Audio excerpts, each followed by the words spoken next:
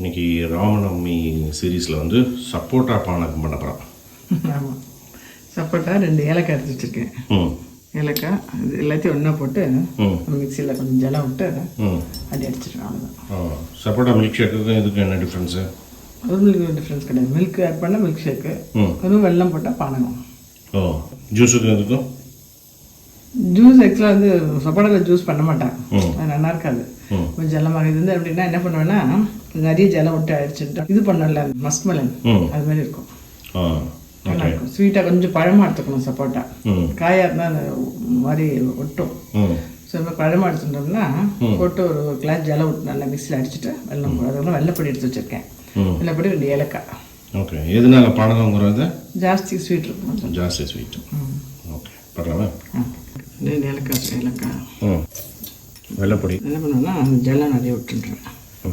இல்லை இது விதை இருக்கும், இந்த விதையை எடுத்துட்டு அப்படியே உள்ள அந்த இதை மட்டும் எடுத்துடலாம். விழுந்து மட்டும் எடுத்துடணும், அதை மட்டும் எடுத்து போடணும். அதனால தான் பழமாக வாங்கிக்கிறதுல. ஆமாம், பழமாக வாங்கிக்கணும். எப்படி இருக்கும் பானகம்? ராமருக்கு பானகம் ரெடி. ஒரு டம்ளர் ஜலத்துக்கு 2 பழம், அப்புறம் நல்லா இருக்கும். திருவுண்டு மேலாக பச்சை கற்பூரம் போட்டேன். திருவுண்டு வெள்ளை வெள்ளையாக இருக்கு பார்த்தீங்களா? பச்சை கற்பூரம். ஓகே, பானகம் ரெடி. சப்போட்டா பானகம் ரெடி. ஆமாம். ஓகே, இன்னைக்கு பாலகண்டம் முடியறது இல்லை என்னையோட. ஆமாம். Okay okay, thanks ஜெஷி. Okay okay. நேற்று நீங்கள் சொல்லிட்டு இருக்கும்போது பாலகண்டத்துலேருந்து சிவதனுசு உடைக்கிறாரு இல்லையா? ஆமாம். உடைச்சி இந்த சீதாவோட கவலை, தசரதனோட ஏக்கம், மக்களோட ஏக்கம், ஜனங்களோட கவலை, இவரோட பிரம்மச்சரியம், ஸோ இது 4த்தையும் முறியடிச்சு அசால்ட்டாக தூக்கிட்டாரு. ஆமாம், நீங்கள் சொல்ல அது ரொம்ப கரெக்டாக. சிவதனுசு எடுக்கிறத வந்து எல்லாரும் அந்த வெயிட்டை மட்டும் பார்த்தா அதில் இருக்க பின்னாடி இருக்கிற அந்த ஒரு ஆமாம் அது பின்னால் அதான் சொன்ன. நம்ம வந்து அந்த கதையில் எப்படி வரும்னா அந்த ஒரு வில்லை வந்து வைக்கிறதுக்கு 60,000 பேர் வருவான்னு சொல்லுவாள். அதுக்கு காரணம் என்னென்னா ஒருத்தட்ட வலிமை இருக்கும், ஒருத்தட்ட பக்தி இருக்கும், ஒருத்தட்ட பணிவு இருக்கும், ஒருத்தட்ட பக்தி இருக்கும், எல்லாம் கலந்து எல்லாம் சேர்ந்து இருந்த ஒருத்தரால் தூக்க முடியும் அப்படின்னு அதோட கான்செப்ட். ஸோ ராமனால் தூக்க முடிஞ்சது. ராமன் வந்து அந்த வில்லை தூக்கி நான் ஏற்றி அதை முறிச்சிட்டான். முறிச்சதுக்கப்புறம் எல்லாரும் வாழ்த்து பாடுறான், எல்லாரும் வாழ்த்துறா. மக்கள் மித்தில இருந்து மக்கள்லாம் வந்து வாழ்த்துறா. அரண்மனை ஊழியர்கள், ஆச்சாரியர்கள், விஸ்வாமித்திரர் எல்லாரும் வந்து வாழ்த்துறா. ஜனகன் விடுவானா, மாமனாராச்சே, அப்படியே ஆசை ஆசையாக வந்து கட்டி பிடிச்சிட்டு இப்பேற்பட்ட மாப்பிள்ளையா எனக்கு ரொம்ப ரொம்ப சந்தோஷம் எனக்கு அப்படின்னு சொல்லிட்டு இப்பவே என் பொண்ணாத்தனை கல்யாணம் பண்ணிக்கோங்க. என் ஆச்சாரியர் என்ன சொன்னார், வில்லை எடுத்து நான் ஏற்றணும்னு சொன்னார். நான் ஏற்றிட்டேன். நான் இது பொண்ணு கொடுக்குறேன்னு சொல்கிறேன்ல, அது என்னது எனக்கு புரியலையே அப்படின்னு கேட்குறாரு. அப்போது இது வந்து சுயம்பரம். இந்த சுயம்பரத்தில் ஒரு போட்டி வச்சேன், கடந்த சில நாட்களாகவே நடந்துட்டுருக்கு, நீங்கள் அதில் ஜெயிச்சிட்டேன் அப்படின்னு சொல்லும்போது ராமன் சொல்கிறான், கல்யாணத்துக்கு வந்து எங்கள் அப்பாவுடைய சம்மதம் வேணும், அவர் வந்து பார்க்கணும், எங்கள் குடும்பத்துக்கும் எனக்கும் சரியான பொண்ணான்னு அவர் தேர்ந்தெடுக்கிறது தான். இது வந்து என்னோட முடிவு மட்டும் கிடையாது. இன்னும் சந்தோஷமாயிடுது ஜனனுக்கு. ஆஹா, அப்பாவுக்கு மரியாதை கொடுக்குற பிள்ளையா, ஒரு அழகும் இருக்கு, துணிவும் இருக்கு, ஞானம் இருக்கு, இதுல அப்பா மேல ஒரு மரியாதையும் இருக்கு. எப்பேற்பட்ட புண்ணியம் பண்ணியிருக்கா என் பொண்ணு இப்படி ஒரு மாப்பிள்ளை கிடைக்கிறதுக்குன்னு உடனடியாக தேதி அனுப்புறான் தசரதனுக்கு. தசரதன் என்ன நினைச்சுட்டு இருக்கா, விஸ்வாமித்திர ராமனை கூட்டின்னு போனது தாடகையை வதம் பண்றதுக்கு. அரைக்கி ஒருத்தி இருக்கா, எனக்கு யாகம்லாம் பண்ண விட மாட்டேங்கிறான் தானே கூட்டின்னு போனார். கூட்டின்னு போயிட்டு பொண்ணு பார்த்துருக்கேன் வான்னா, அவருக்கு எப்படி இருக்கும்? அவருக்கு ஒரே சந்தோஷம். அவருடைய பரிவாரங்கள்லாம் கூட்டுண்டு கூடவே அவருடைய குலகுரு வசிஷ்டரையும் கூட்டுண்டு உடனடியாக வந்து செஞ்சுட்டார். மித்திலைக்கு வந்துட்டார்.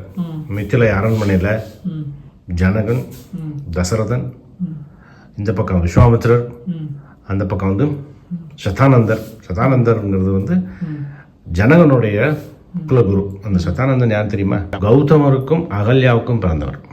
நம்ம கௌதமம் அகல்யா சாபம் பார்த்தோம் இல்லையா, பாறையில இருந்து பெண்ணாக்குனானே ராமன், அந்த அகல்யாவுடைய குமாரன் இந்த சதானந்தன். அவர் தான் வந்து ஜனகனுக்கு குலகுரு. எல்லாரும் வந்தாச்சு.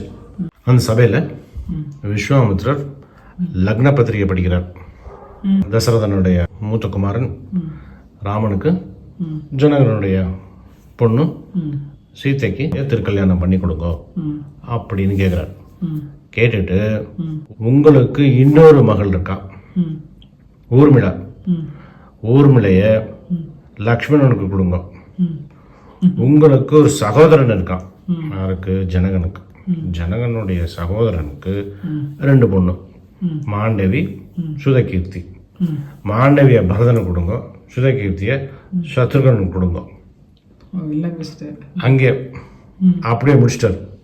யாருமே எதிர்பார்க்கல. ஆனா ஒரு இன்ப அதிர்ச்சி ஜனகனுக்கு. ஏன்னா தசரதன் நாட்டுக்கு போகும்போது அதை விட வேற என்ன வேணும்? நிச்சயதார்த்தம் 4 பேருக்கும்.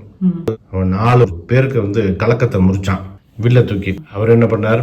4 பேருக்கு நிச்சயம் பண்ணிட்டார். அப்போ ஒரு புன்முறுவல் போக்கும் ராமன் விஸ்வாமித்திர பார்த்து ஒரு அழகான புன்னகை. அந்த புன்னகைக்கு என்ன காரணம்? தனக்கு மட்டும் இல்ல, தன்னோட தம்பிகளுக்கும் திருமணம் அப்படிங்கும் போது ஒரு சந்தோஷம், ஒரு பூரிப்பு.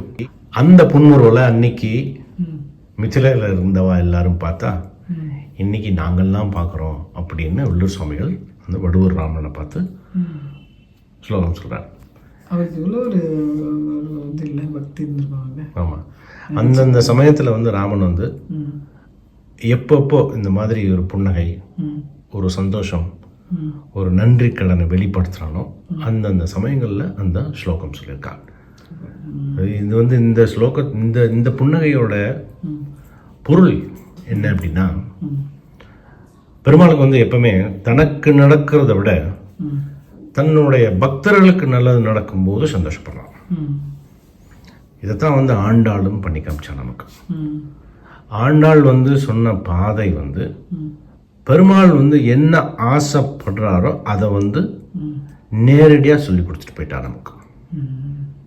அதை நம்ம வந்து ஏற்கனவே ஒரு இதுக்கு முன்னால் ஒரு 2-3 கதைகளில் பார்த்துருக்கோம். ஆண்டாள் வந்து தான் மட்டும் வளரல, தன்னை சுற்றி இருக்கவாளையும் வளர வச்சான். அப்படி வளர வைக்கும்போது பெருமாளுக்கு அது பிடிச்சிருக்கு. தனியாக போகக்கூடாது, பக்தி எல்லாரும் சேர்ந்து போகணும் அப்படின்னு அத்தனை பெண்களையும் கன்வின்ஸ் பண்ணி கூட்டின்னு போனா இல்லையா. ஒருத்தரும் ஒரு மாதிரி இருந்தா யாராவது விட்டால் அவ எல்லாரையும் கன்வின்ஸ் பண்ணி இது நல்லது, இந்த நோன்பு இருக்கணும், நோன்பு இருந்தா இந்த பலன் உண்டு, வாங்கோ அப்படின்னு ஈகோ பார்க்காம எல்லாரையும் கன்வின்ஸ் பண்ணி கூட்டின்னு போனால.